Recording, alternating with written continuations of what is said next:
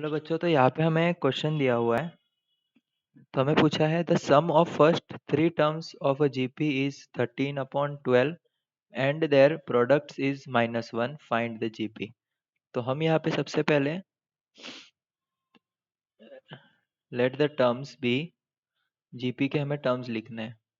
तो जीपी के मान लो मैं तीन टर्म्स लेता हूँ, A/R, ए और AR।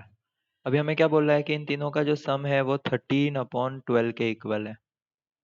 तो मैं लिख सकता हूँ A/R plus a plus AR is equals to 13/12। और दूसरी तरफ मुझे बोला है कि इनका जो प्रोडक्ट है वो इक्वल है -1 के। तो इन तीनों का प्रोडक्ट क्या होगा, A/R into a into AR is equals to -1। तो ये R से R कैंसिल हो जाएगा, हमें मिलेगा A³ इज इक्वल्स टू -1। तो इससे मैं बोल सकता हूँ कि A की वैल्यू हो जाएगी -1। तो यहाँ पे मैं इस इक्वेशन को मैं वापस लिखता हूँ, A/R plus a plus AR is equals to 13/12। इसमें मैं a की वैल्यू -1 पुट करता हूँ। ये हो जाएगा -1/R -1 minus R is equals to 13/12। तो यहाँ पे माइनस को कॉमन निकाल के मैं एलसीएम लेता हूँ और आर का मल्टीप्लाई उस तरफ कर दूंगा। तो यहाँ पे मुझे मिलेगा 1 माइनस आर, सॉरी माइनस को कॉमन निकाल दो, plus R² is equals to 13R/12। अब इस 12 का मल्टीप्लाई इस तरफ करूँगा और माइनस को दूसरी तरफ भेज देंगे, तो हमें मिलेगा 12 plus 12R plus 12R² is equals to -13R।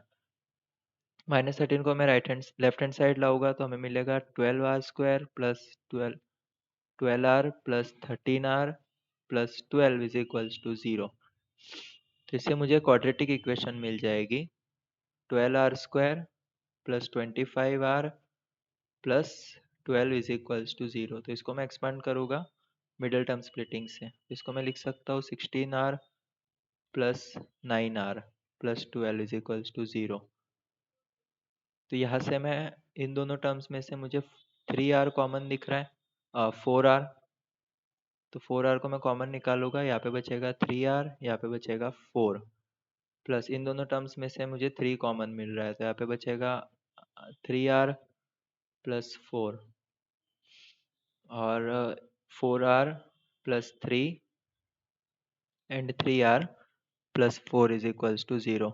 यहाँ पे क्या होगा, इधर 4R plus 3 is equals to 0 या फिर 3R plus 4 is equals to 0। तो अगर 4R plus 3 is equals to 0 तो R की वैल्यू -3/4 और यहाँ पे होगी R की वैल्यू -4/3। तो हमारी जो टर्म्स थी वो थी A/R, R और सॉरी A/R, A और AR। तो हमें जीपी निकालनी है। तो हमारी जो फर्स्ट टर्म होगी, फर्स्ट टर्म पहले हम कंडीशन लेते हैं कि when R is equals to -3/4। तो मेरी जो फर्स्ट टर्म है वो है A/R, ए तो है -1 और R है -3/4, तो ये हो जाएगा 4/3। सेकेंड टर्म होगी सिर्फ A, तो -1, और थर्ड टर्म होगी A इंटू R। तो A है हमारे पास -1 और R है -3/4। थर्ड टर्म होगी 3/4। तो एक जीपी तो ये बनेगी 4/3 -1 3/4। और सेकंड कंडीशन हमें लेनी है when R is equals to -4/3। तो इस केस में जो फर्स्ट टर्म होगी उसको मैं लिखूंगा A/R। ए की वैल्यू है -1, बी है R है -4/3। तो ये माइनस से माइनस कैंसल, ये होगा 3/4। Second term is equals to A है, ए की वैल्यू है -1 एंड थर्ड टर्म हमें मिली है AR। थर्ड टर्म में एज्यूम की थी AR। तो ए है -1 और R है -4/3।